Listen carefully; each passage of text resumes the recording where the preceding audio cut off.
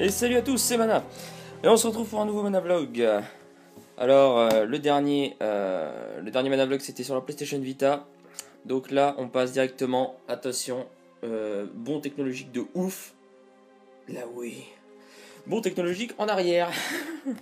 Donc de la story, pour ceux qui connaissent pas bien, donc je vais vous présenter un petit peu ce que ça va être. En tout cas, donc là vous voyez tout d'abord que le carton Amazon est déjà enlevé. En fait, c'est tout simplement parce qu'il est arrivé avec un autre jeu que j'avais commandé également et que je vais pas vous faire un unboxing. Donc j'ai déjà ouvert la boîte, mais j'ai pas ouvert la boîte collector.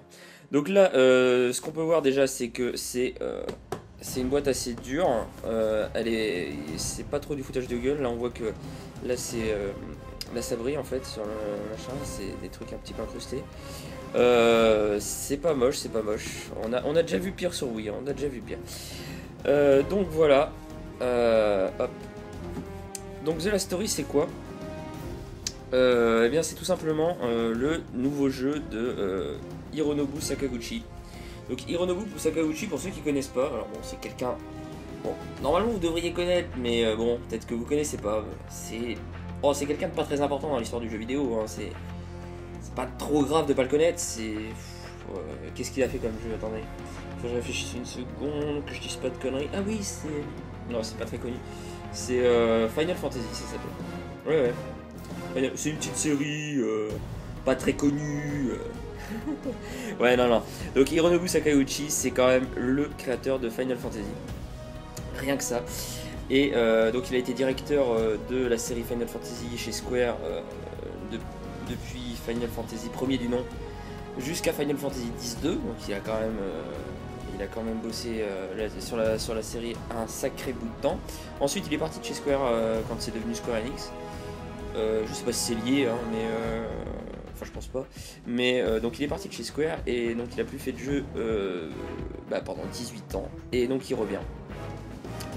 Il revient et avec un nouveau jeu, donc The Last Story. Et vous voyez ici, musique by Nobuo Uematsu, rien que ça, encore une fois. Donc c'est pas Square hein, qui a développé le jeu. C'est pas estampillé Square Enix, mais Nobuo Uematsu a répondu à l'appel de Sakaguchi pour faire les musiques de son jeu. Donc ça présage du très très bon. Au niveau de la musique en tout cas. Donc voilà, The Last Story, vous remarquerez que ce mec... Sakaguchi adore faire des épilogues, c'est le mec qui fait que des épilogues dans sa vie. Il a fait 10 épilogues sur son autre série, Final Fantasy, et maintenant il fait une nouvelle série, paf, The Last Story, la dernière story, évidemment. Donc il fait encore un épilogue. Le jour où... C'est le mec qui aime bien finir des trucs en fait. Le jour où il commencera un truc, ça sera un truc de fou. Alors, ou alors il fera the New Fantasy, tu sais. Ouh. Alors, on va commencer à l'ouvrir tout de suite. Parce que je vois que ça fait un moment que je parle pour rien déjà. Donc j'en viens à une main. Hein. Je n'ai pas d'assistant ni d'assistante pour ce Manavlog-ci. Je sais pas pourquoi. Il paraît qu'on m'a dit que la Wii c'était un peu de la merde. Ah bon? Du coup, on ne cautionne pas. Mais la Wii, j'en ai une, donc quand il y a des jeux qui sortent, il faut les acheter, surtout quand c'est un RPG.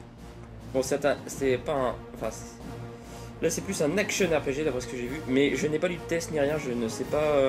Enfin, j'ai vu quelques notes, mais c'est tout. Je ne sais pas bien à quoi m'attendre. Alors, je sais que j'ai vu des notes assez contradictoires, par exemple sur Gamecult, il a eu 6 sur 10, ce qui est vraiment pas génial. Par contre, sur jeuxvideo.com, il a eu 17 sur 20. Donc voilà, moi je me dis que ça veut tout simplement dire que c'est typiquement un jeu où il y en a qui... Tu peux adhérer et à ce moment-là tu trouves ça énorme, et si tu adhères pas au truc, bah, tu trouves ça pourri. Déjà il faut adhérer au fait que c'est sur Wii, donc il faut accepter que ce soit des graphismes Wii. Alors n'en déplaise à certains, même si ça vous surprend, personnellement les graphismes Wii, ça me dérange pas tellement parce que moi j'aime bien je fie mon appréciation des graphismes à la console et à la puissance de la console. Donc moi quand je vais jouer à ce jeu, je vais le comparer à d'autres jeux Wii. Donc s'il est beau par rapport aux autres jeux Wii, bah, je vais trouver que le jeu est beau. Même si par rapport à un jeu PlayStation 3, il va être tout moche. C'est pas en HD. Mais voilà, c'est pour ça que j'arrive à trouver beau des jeux Super NES ou des trucs comme ça, parce que tout simplement, je les compare avec ce qui est comparable. Et ça, il y a peu de gens dans mon entourage qui le comprennent. Mais bon, on va pas dire que je suis un chieur qui arrête pas de gueuler partout sur les graphismes. Ce n'est pas vrai. Alors, oula, il y a plein de choses là-dedans. Première chose. Alors, cette boîte a l'air magnifique. Je sais pas encore ce que c'est. Waouh. Ah ouais. Avec le dégâts, ouais. The Premium Soundtrack. Donc c'est les bonus en fait de l'édition collector tout simplement. Ah, ça se trouve, il n'y a que ça et le jeu alors voyons. Element of the Last Story. Alors voyons ça.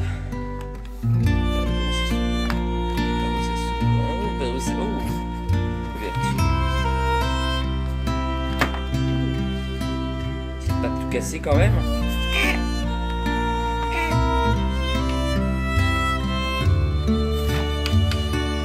Alors, premier CD, qu'est-ce que c'est?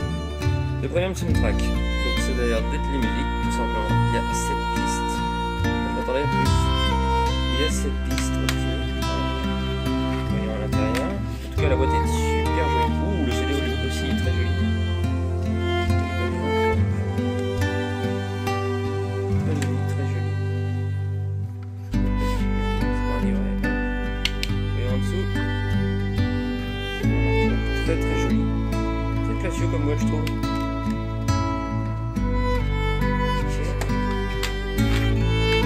Ensuite, ici c'est quoi? Ah, c'est la bouche. The Illustrations.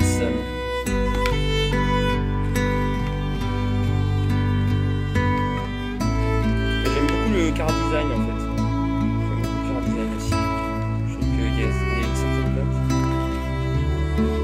Je pense que ça peut donner quelque chose de bien.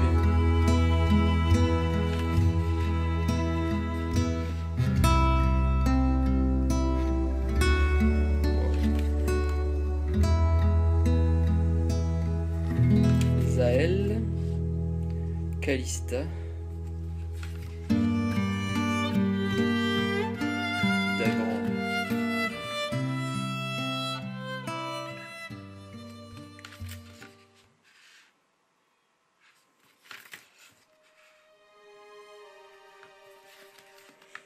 Il est assez grand, enfin il est assez long. Ok. Ça marche, on a compris. Hop. Qu'est-ce qu'il y a à la fin?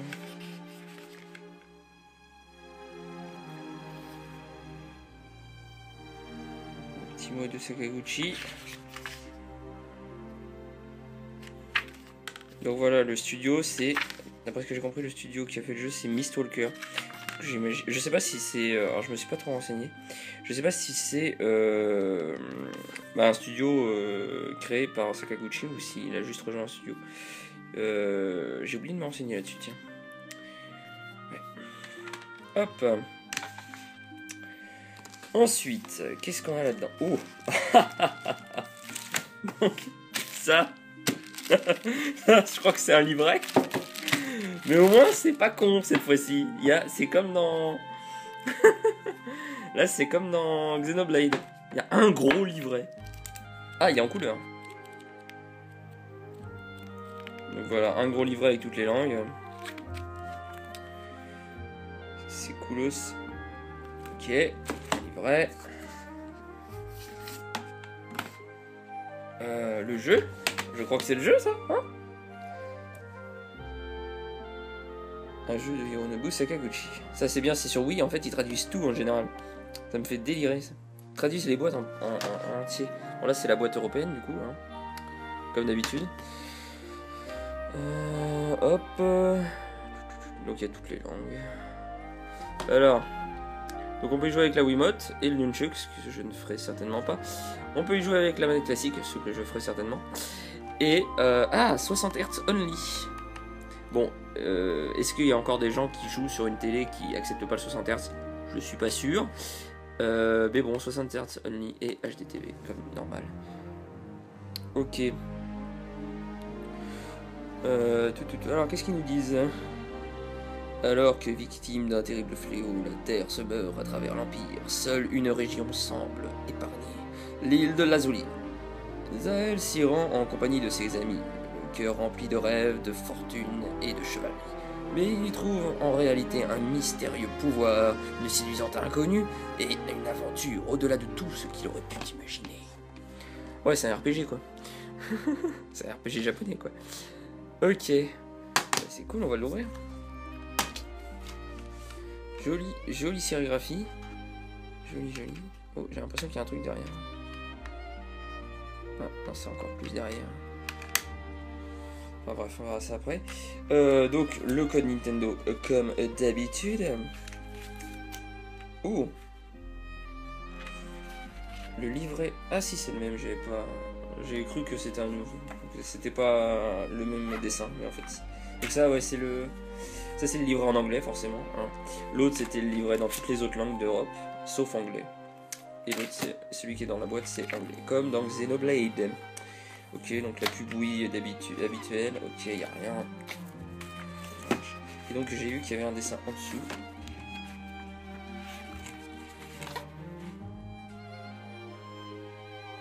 Ouais, ok. Ouais, c'est juste un ciel étoilé. Ça marche. Donc orange ça.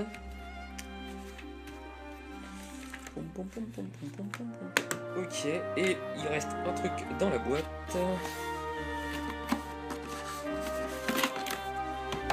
C'est un boîtier métallique collector qui a l'air, ma foi, vachement joli. Ça a de la gueule, ça a de la gueule. Ça a carrément de la gueule.